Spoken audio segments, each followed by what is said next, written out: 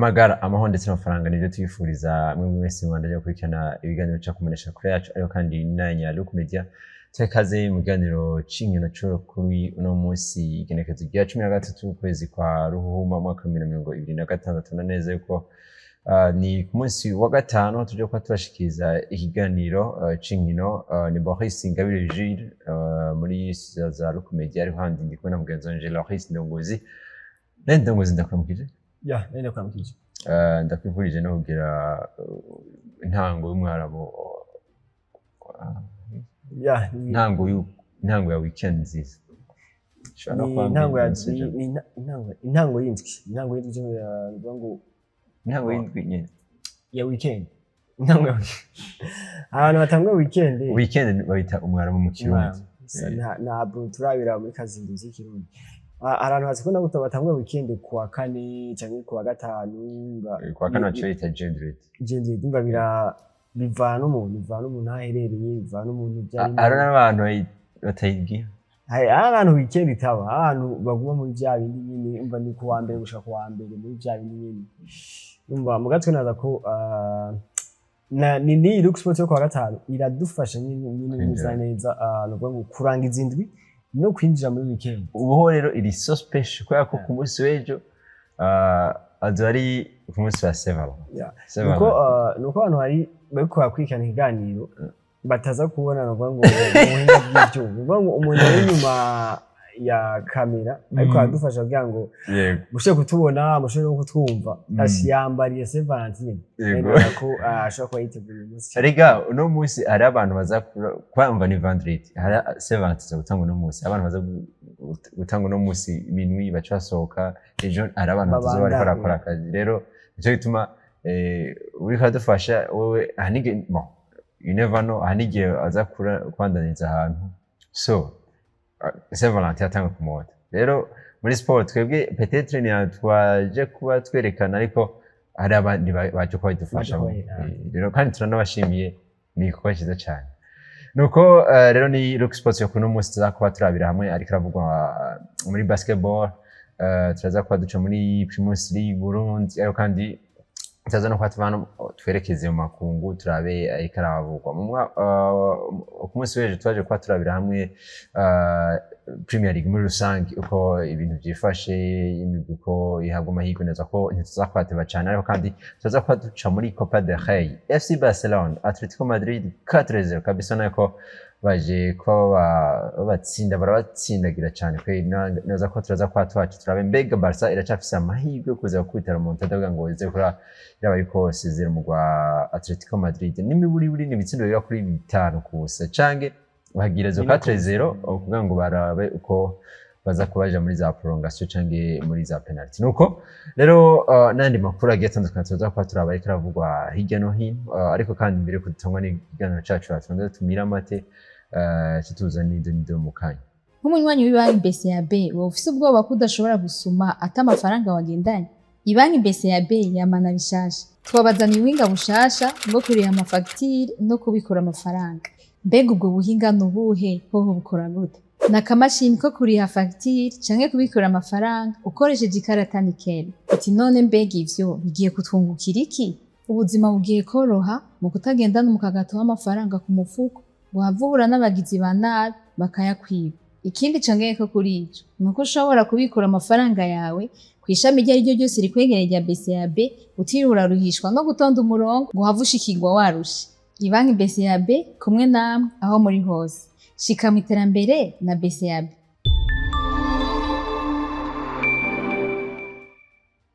ni ikiganiro cya Look Sports tugiye kuba duhera muri basketball tugiye kuba turaba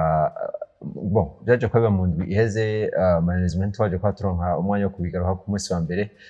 ni inkino zako zirabaza Road to ABL cange Road to Amsterdam Basketball League abona yuko igikombe cyaje kuba gitahukanwa na Remesha B cange Remesha ngira kabiri y'abantu bakiri batoyi abona yuko ni imwe muri academy nivyo turamaze kwa tuvuga yuko urunani ari imwe mu makipe afise yagerageje kwiyubaka na cyane mu guhera hasi gushika hejuru na kandi yuko ni byiza cyane ariko kandi nazo ko n'umugwi wa Remesha n'umwe utasigaye inyuma na yuko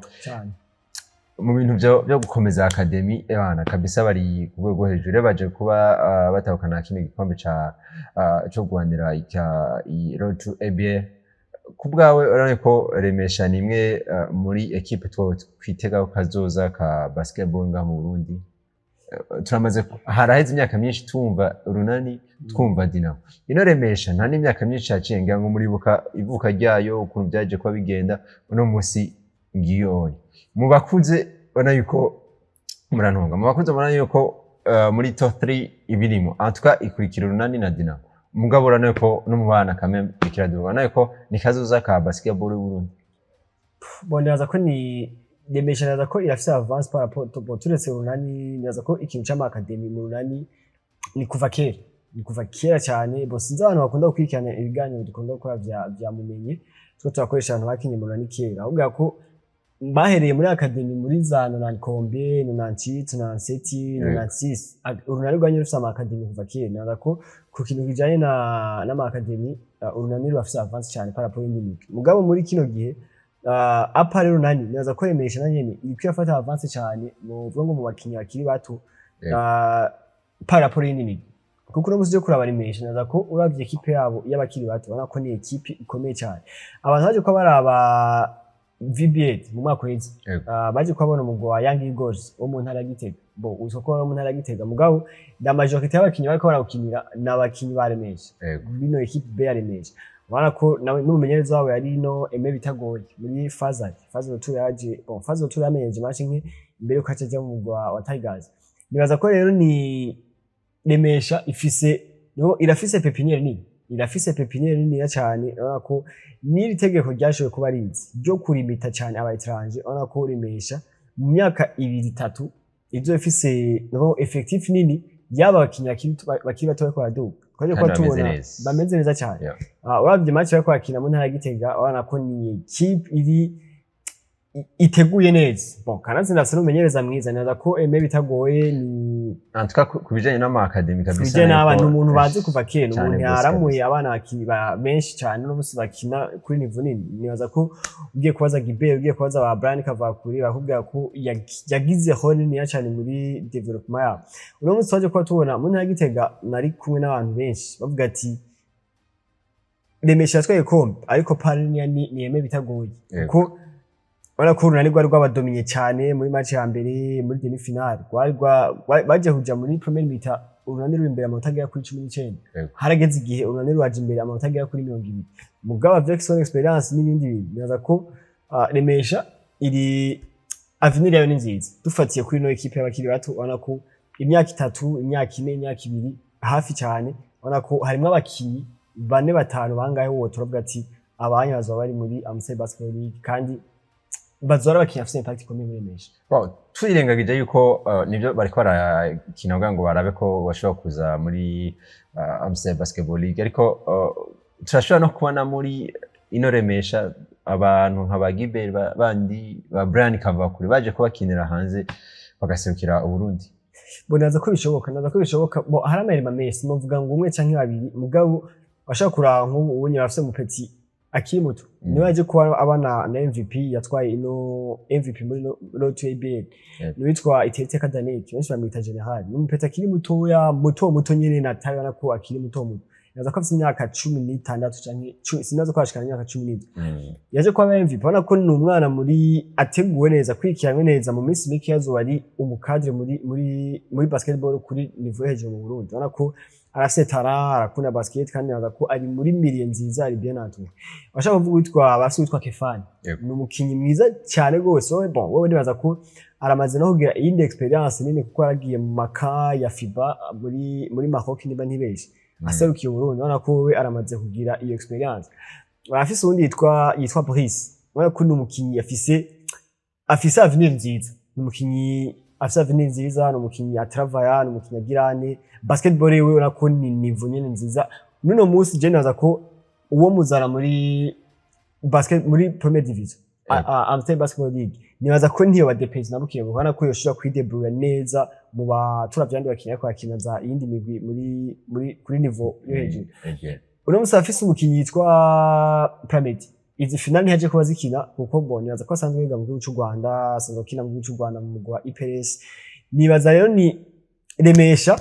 nkuko nabaza kubivuga mu myaka 3 imyaka 4 nibaza ko tuzoba tubona equipe kuri no Murindi bariko nibaza ko bari bien encadré, basumenyereza mwiza, bafise organisation muri Remesha imeze neza, tuzobona uvuga ngo ama resultat canke ama fruit y'ino travail ko bakora mu Remesha, kandi nibaza ko atari kera cyane. Donc espero yuko tuzoza kwa tubona Remesha iza kwa produire andi mazina akomakomeye muri basketball y'u Burundi, nako iriko yitwara neza duhereye hasi ariko kandi no gushika hejuru. Nuko yari road to ABL, nova ko Remesha yaje kuba ibi ya mbere, ariko kandi ini migwi yagiye irakwikina gute. Bonaza ko ku munsi wa gatandatu no ku munsi w'Imana byari ibintu nubwo zari match ziryoshe cyane mu ntara Gitega. Ku munsi wa gatandatu hariho match zibiri za demi finale. Urunani rwatanguye match ya mbere baje ko batsinda urunani rwakiye match ya kabiri. Match ya mbere yari ya Dinamo ndetse n'umugwa Rezipo, ko ni Rezipo yashoboye gutsinda Dinamo. Sinzi ko novuga ngo vyoroshe, tukavuga ko vyoroshe kuko yabaye defense agera ku minota 82 kuri 73. Wana ko ni Dinamo ya Rezipo dominye cyane no mugwa Dinamo mu ntango ya match, ariko muri dernier quart-temps muri deuxième mi-temps cyane muri quart-temps ya nyuma wana ko Dinamo yagerageje kwivyura, iragerageza gukura amanota ariko ntabwo byakunze, yaje kuba iba defense amanota 12. N'umugwa Rezipo nawo nyene nuvuga ngo wari wikomeje cyane, wari wagerageje kugira amahafu. Dusanzwe tuzi ko ni equipe ni Rezipo y'Igitega mu bisanzwe, ariko hari abapeti bari bakuye no muri Rezipo ngahe Bujumbura bagenda ku enforce. Hari n'abandi bakinyi babiri baje ko bakura mugwa muri academy twa Nata yo kumusaga na peti nawo nyene babiri bari bakomeye, hari umumenera bizi cyane akiri muto nawe nyene. Yenaza ko Rezipo ndetse na Dinamo bari basanzwe bari kumwe mu mafazi yo group yino ABL ya rote ABL. Ni Rezipo yasinze Dinamo no bitoroshe, yari defense amanota agera kuri 69 kuri 66. Sinavyibuka neza muganibuka ko yari defense amanota agera kuri 3. Ni na Dinamo yaje kuronka qualification biciye kuri titre ya Melpia. Mugabo ni ibintu byaje kwavugisha amajambo menshi cyane cyane. Haje kwa imari hari indi migwi, hari umugwa Target, hari umugwa Ball Hunters, yose yari yifuza kuronka titre ya Melpia. Ariko naza ko yari match iryoshye, bana ko muri rusange umugwa Rezipo dominye Dinamo cyane. Match ya kabiri yaje kuba iba igihe cy'isaha 9, igihe cy'isaha 9 cyangwa igihe cy'isaha 9, ari umugwa Dinamo urunani ndetse n'umugwa Remesha. Numugwa nuvuga ngo ni match yatanguye ubona ko biri facile kuri runani, batsinda amapani yari facile, bagiye avance nini cyane imbere. Baza kuja muri mita ku manota agera kuri 48 kuri 55. Urabona ko difference amata agera kuri 19 yari menshi cyane. Bibuka ko n'imvura hafi 20 n'imvura yaciyigwa muri mita. Neza ko biri mu bintu byaje ko bifasha eme bitagoye no menyeza mu Remesha, baje ko bahindura system, baje ko bahindura navuga ngo ibintu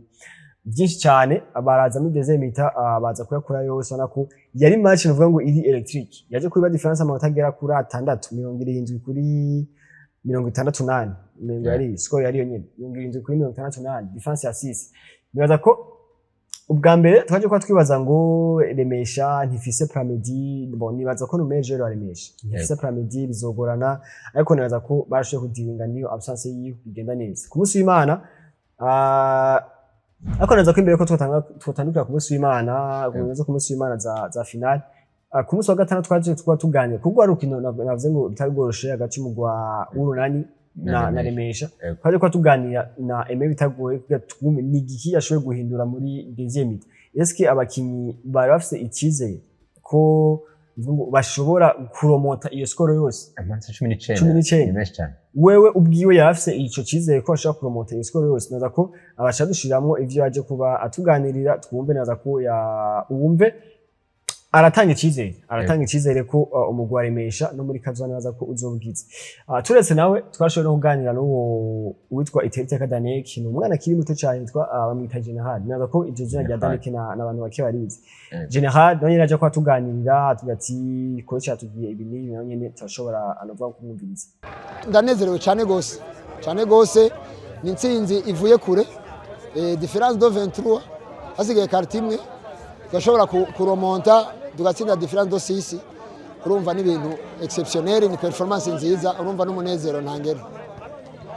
Muri premier mi-temps mwabonye twakinye defense de zone mugabo iri ari intérieur ya 3 points, kuko twashatse kwanira ama ekran y'urunani hama dushaka no kutagira amakosa menshi hakiri kare rero vyadusinzirije baradutera ama 3 points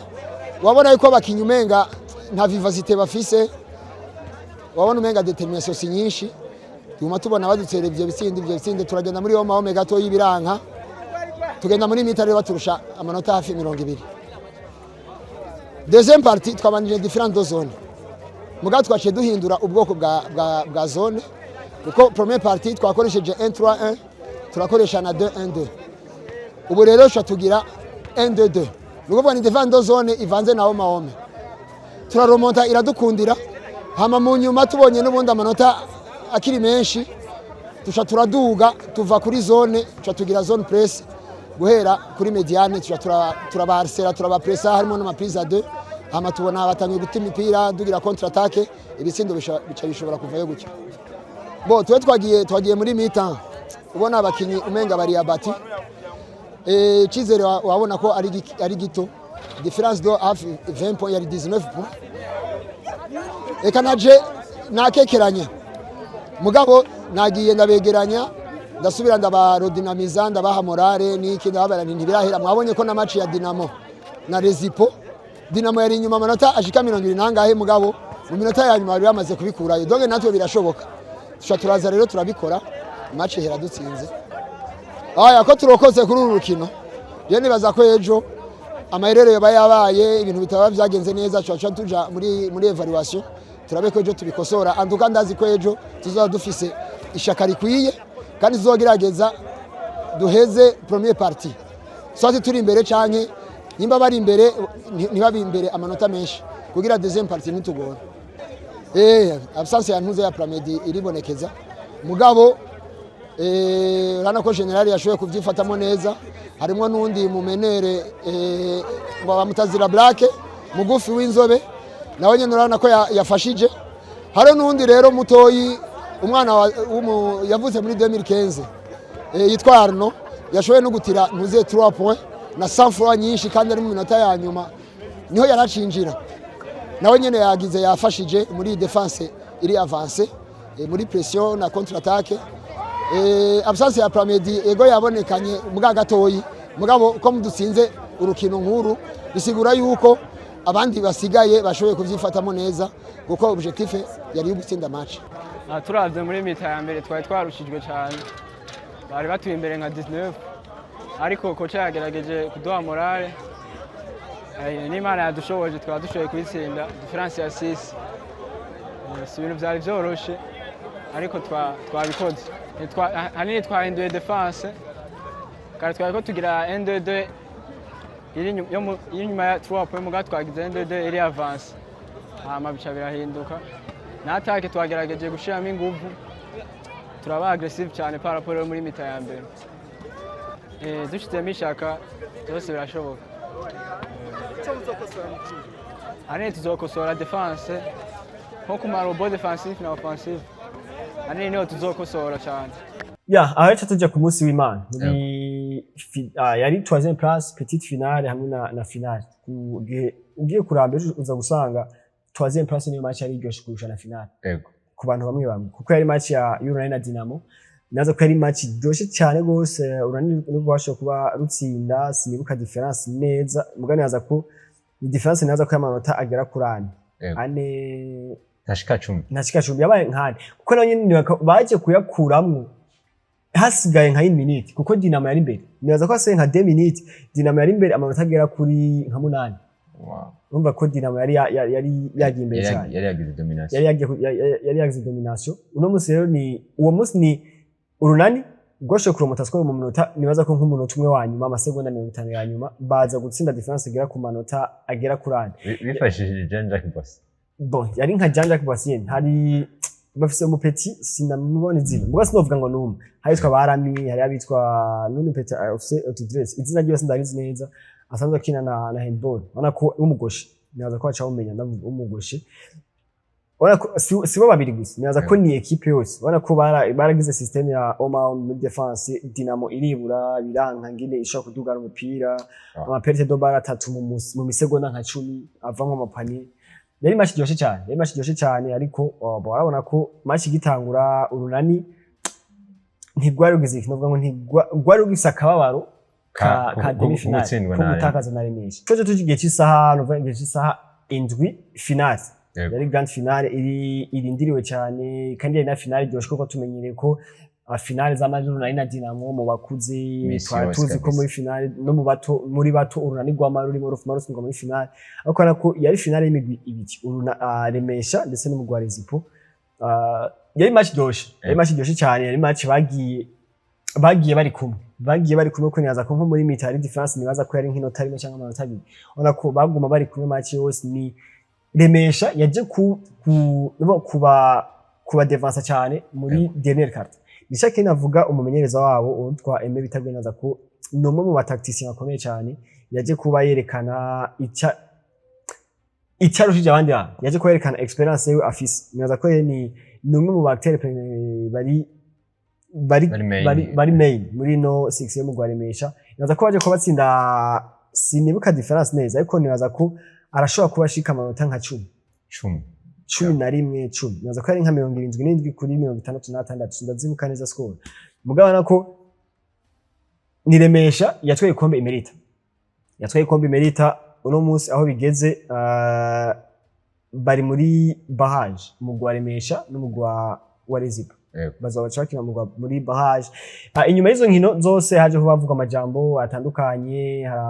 haraje kubashikirizwa ijambo rivuye muri Febabu ryashikirijwe na Jodase Rukundo asanzwe ari ni vice president wa Febabu niwe yari yaserukiye Febabu hariya mu ntara ya Gitega yaje kwashikiriza ibintu bitari biki yaje kwasha akeza umugwa Remesha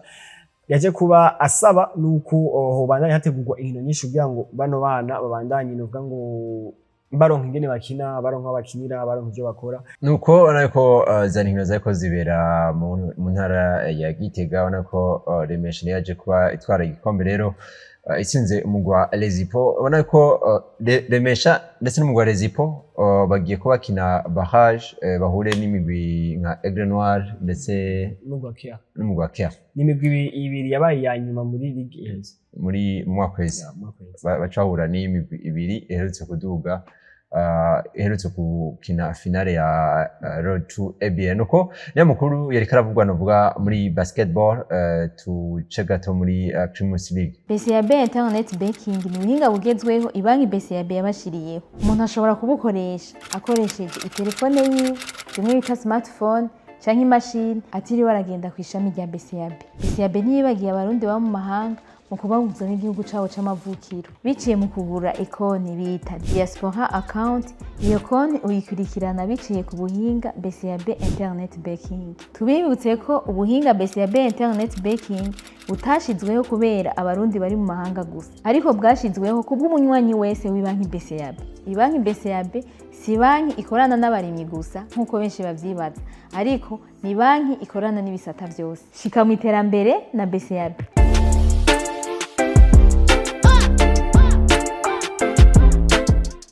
Nuko tumaze kuba twinjira muri Primus League Burundi aho ubona ko muri ino weekend baraza ko ariko barakina indwi igira ya 21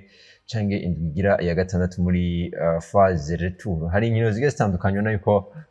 nta nkino zikomakomeza ari kuri none nkuko twariko turabibona mu ndwi iheze mu ndweze hari rumwe mu rukino rwari rukomeye cyane rwo bitezwe n'abantu benshi cyane hagati mu gwa Vitalo Football Club warge kwa utembere mu gwa Flambeau du Centre nibaza ko Rohis yari yakubise amaturu kabisa anaraca no muri Primus League araca ku rukino hagati ya Flambeau du Centre ndetse n'umugwi wa Vitalo Football Club. Rohis yifashe gute ambiance rimeze gute mu ntara ya Gitega? Bonaza ko yari nkuko yavuze ni rumwe mu nkino zariko zari zaranze indwi iheze muri Primus League. Yari match yoshe yari match komeye hagati y'imigwi bikomeye no vuga ngo iri mu bihe byiza kuva bagiye guhura n'umugwi wa Vitalo ubona ko uri kurasubira muri ntuzenye kuva bazaniye no mumenyereza wabo Bimanyimana Robert ubona ko ni Vitalo kurasubirana no vuga ngo amaforme yabo ntiratora forme neza cyane uko twari tuvyiteza ariko ko ni Vitalo iri kwiragaruka mu ntuzenye gutsindira Flambeau du Centre mu ntara ya Gitega ntaze ngo byari ari wese si byo ari wese bari bavuye kuri Stade Ntwari kandi guhura n'umugwa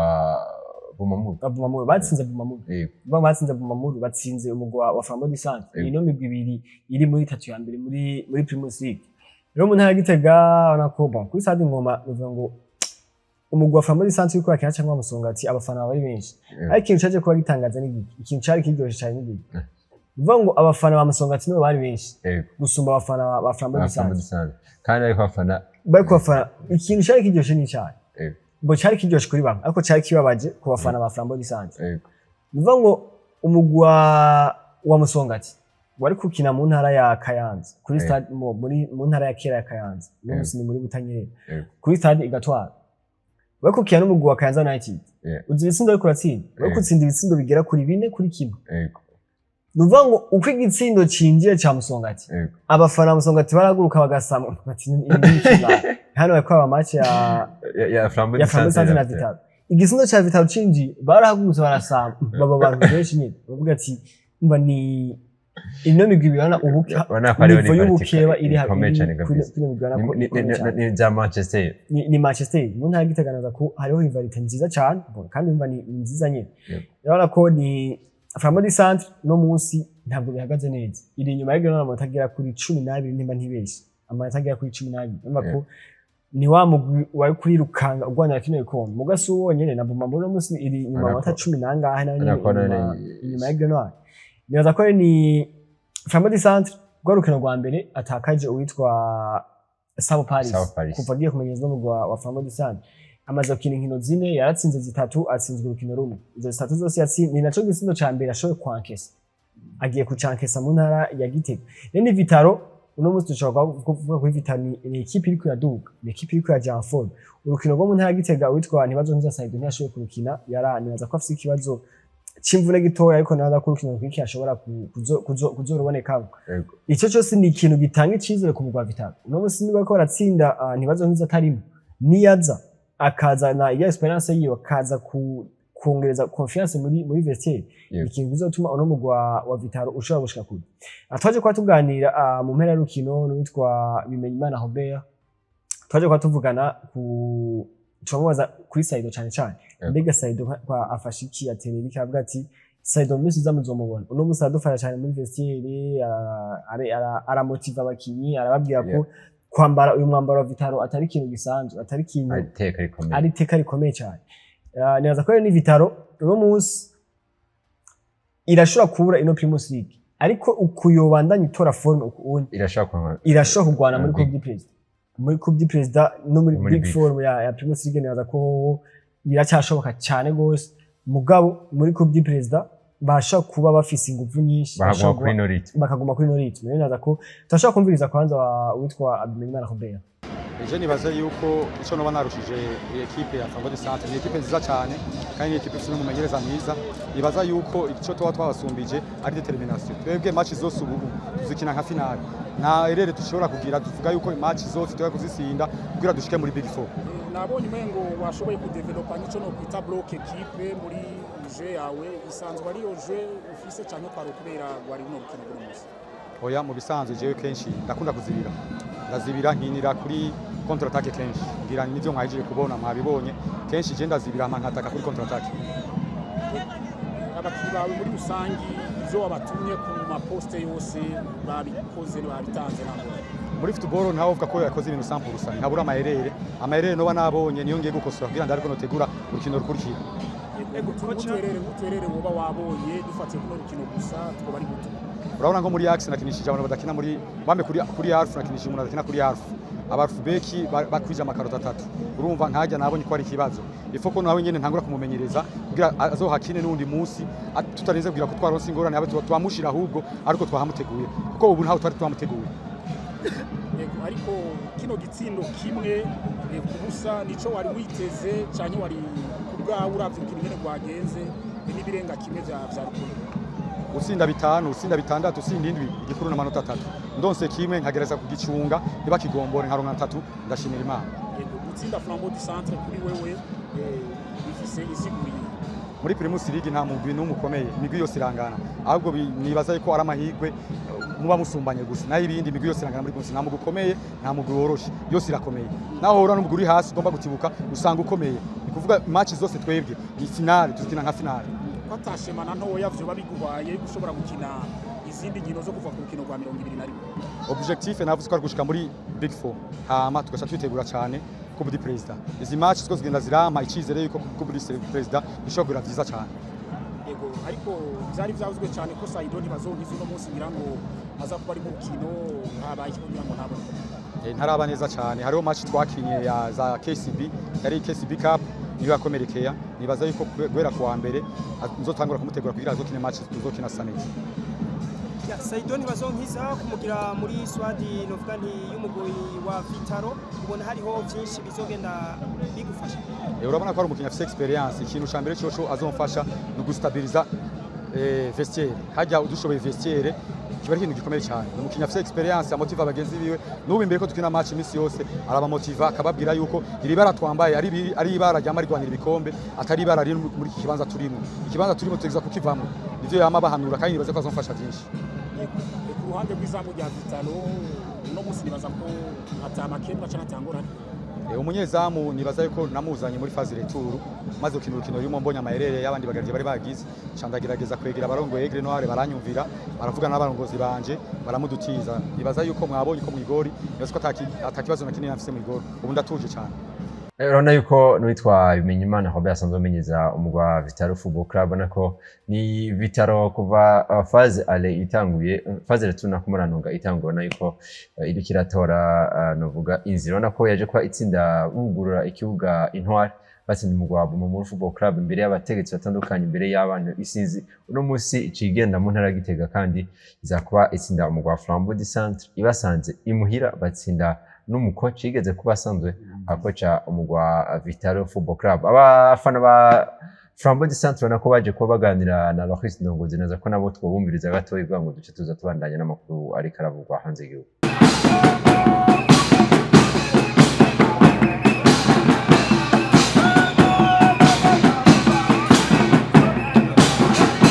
twebwe nkuko bisanzwe tuvyakiriye nkuko twama twakira n'izindi nkino kubera gutsindwa urukino n'ibisanzwe biba muri football harimo ibintu bitatu uratsinda ukagabura canke ukatsinda mugabo iyo utsinzwe urumva ntunezerwa mugabo bishitse muri football nuko nyene ukajya amanota 3 abari hajya anyi bose babayakeneye iyo avuye mu mugumwe yatahana kuvyakira uko nta kundi kuko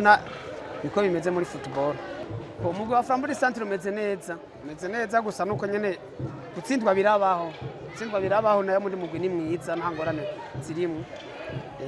Vitalo turiyakiriye nta kibazo kubera haburana babiri hagatsinda umwe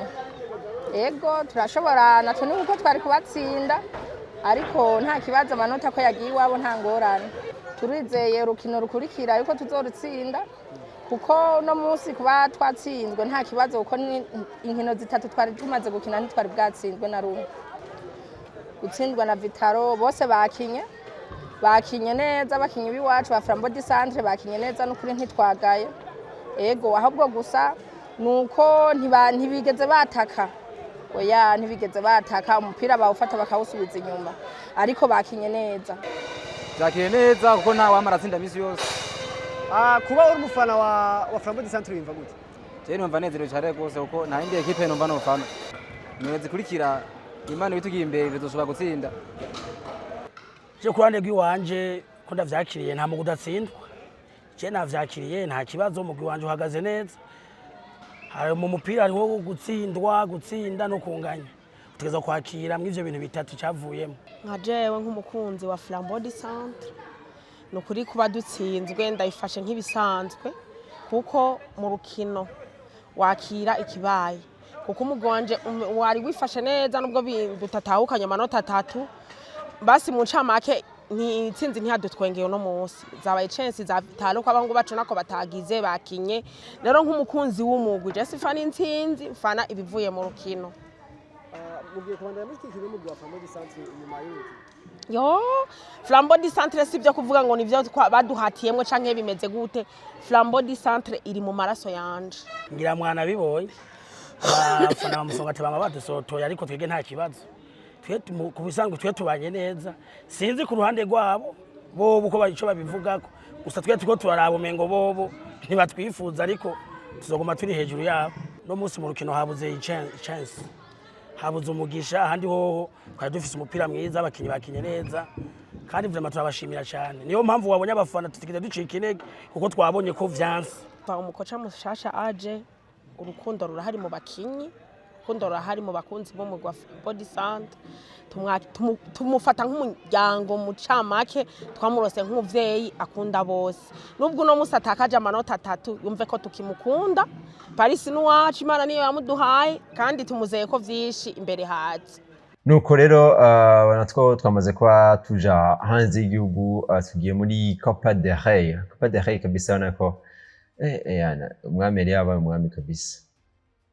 Barca ibitsindo bigera kuri 4 byose kuri kubusa basenwa n'umugwa wa Atletico Madrid. Witwa Demola Lukman, witwa abasore ba ubona mugabo w'umunya Argentine Simeone nako baje kwakora akazi kabisa, baje kwabihora Barca. Azi ko muri match mpinga hari mu mwaka kwezi niba ko ari Copa del Rey nyene nicenge Super Coupe baje kuba yari match iryoshe cyane hagati ya Barcelona na Atletico Madrid. Naza ko baje kubatsinda ibitsindo bingahe, mpinga baratsinda na sinibuka neza. So no munsi baje kuba rero batsindwa na Barca ibitsindo, batsinda Barca ibitsindo bigera kuri 4 kubusa. Bamwe bati iyo buriya Rafinha atahari, Lamine Yamal muri mu match akomakomeye ibyo twokwita ko bagiye kwahura na equipe zikomeye nako ntacayaga kabisa, ntacayaga nako ku munsi w'ejo ubusa kabisa, ubusa ku ruhande rwa Barca nayo ko irafise ubwo bubasha bwo kuza gutsinda ibitsindo bigera kuri 4 kubusa. Inyuma ya muri conference de presse y'inyuma ya match, Hans Flick yavuze ati Barca iri capable yo gutsinda ibitsindo 2 kubusa muri mita ya mbere, igatsinda 2 kubusa muri mita ya kabiri. Mvuga ngo 4 kubusa birashoboka kuri match retour. Nimba ntenze menga match retour n'ingerekezo rya kabiri y'ukwezi kwa gatatu. Nibaza ko bazaba bashoboye kwekipera kuko uje kureba ku munsi w'ejo barabuze abakinnyi atari baki. Ntitwovuga ko defete yavuye ku bakinnyi babuze. Kubera 4 nibaza ko Atletico Madrid yabafatiranije hakiri kare. Kuko 4 byose yinjiye muri Premier League. Ni Atletico Madrid nibaza ko yashoboye guprofita kuko ibitsindo byinshi uravye hari amarere amwe yagiye araba muri defense ya Barca n'ibindi. Nibaza ko yashoboye kuexploita cyane amarere defensive, kandi equipe nka Atletico Madrid ikujaniranje 4-0 turazi ko ni equipe cyane ibintu byo kuzibira nivyo byabo. Witwa Simeone yamaze gutsinda deja naho abari gitsindo kimwe arakizibira kagira. Nibaza ko biragoye cyane ko Barcelona ushobora kuromonta ino score ibitsindo 4 kubusa Atletico Madrid. Nivyo bazabagiye kuri tele ya Barca, ariko kwizera ibitsindo 4 naza ko si ikintu coroshe. Uno musi mwacayibaza FC Barcelona igomba itakaze ino Copa del Rey. Muri La Liga Santander nibo bari imbere, naza ko ari imbere nota rimwe. Ntibaragira si samples bafise ko bazokora kuri igikombe cyane. Nta mutekano mwinshi wari, nta mutekano hari inyuma yabo. Nibaza ko rero birashobora kuba Champions League baracari mugabo eske ni Barca twokwitega ko muri Champions League. Uno musi birashobora kuza kugorana kuri ino FC Barcelona bagatakaza ino Copa del Rey. Bishobora no kuza kujoa kuri côté emotion zabo bakavuga ati turatakaje Copa del Rey, La Liga Santander Real kibashira ko pressure yo Bugesera. Champions League biri kure cyane gose, biragoye cyane gose. Naza ko match ejo ntitwovuga ngo Atletico twabonye muri La Liga yaratsinze ibitsindo bigera kuri 5 mu Real Madrid cyane gose, ibitsindo bigera kuri 5 no munsi. Ni na equipe mbere hajya ipfa kuzibi. Uzi ko Atletico Madrid ni imwe mu equipe ifite attaque nziza cyane ku mugabane w'Uburayi cyane gose, uwo bashizemo na Rafinha ya Lukman. Nibaza ko ni umwe mu bayeriye beza cyane muri Europe muri kino gihe. Ni equipe ifite attaque nziza, ni equipe uyaye opportunity bazi ngene bashaka kuza exploit. Nivyo irafise iyo attaque nziza, gusa twashitse kuvuga kuri Diego Simeone wenyine ubwiwe. Turazi yuko imisi yose yamaze gutsinda igitsindo kimwe ibintu byo kuzibira kabisa ni ibintu by'uyu mugabo. Sino arafise kote ya attaque barafise novuga ibiganisho bikomeye. No munsi naza ko nimwe mu ma equipe muri Espagne afise attaque nziza ndetse no ku mugabane w'Uburayi. So no munsi ubona yuko Barca yamaze gutsindwa 4-0. Nivyo Hansi Flick nazo konyo gena bwo ati byamaze kurangira, bacafise indi minota igera kuri 90 mugabo dufate yuko Barca ibice 80 cyangwa 70% amaze kwa elimine 90 ibice 90 kuko kugomora ibitsindo bine kuri Atletico Madrid naza ku ntabwo vyoroshe ivyo 10 ni hamwe n'uvuga ati ni Barca ni imwe mu mataka akomeye ku mugana wa Buraya ni imwe muri equipe za ataka zitsinda ibisindo vyinshi izo 10% turashaka gufatira kuri critère mugabo kugombora 4-0 kuri Atletico Madrid nibaza ko ni ibintu bitoroshe cyane nuko rero ubona ko ni Barca ariko iratsinda ibitsindo bigera kuri 4 ku busa n'umugwa Atletico Madrid hano no duce turangiriza iganiro cyacu no munsi nakwisi ndagushimiye reka nshimire mwebwe mwese mwakomara dukurikirana kuva ku ntango gushika tuze kwa dusozera kino iganiro twifurize kugira weekend nziza ariko kandi no kugira Saint Valentin neza tuza kwa tugaruka ku munsi wa mbere reka dushimire umuntu reka dufasha mu ngo bw'ibyo witwa Belize Nzoyiherwa nako anaraje yiteguriye Saint Valentin kabisa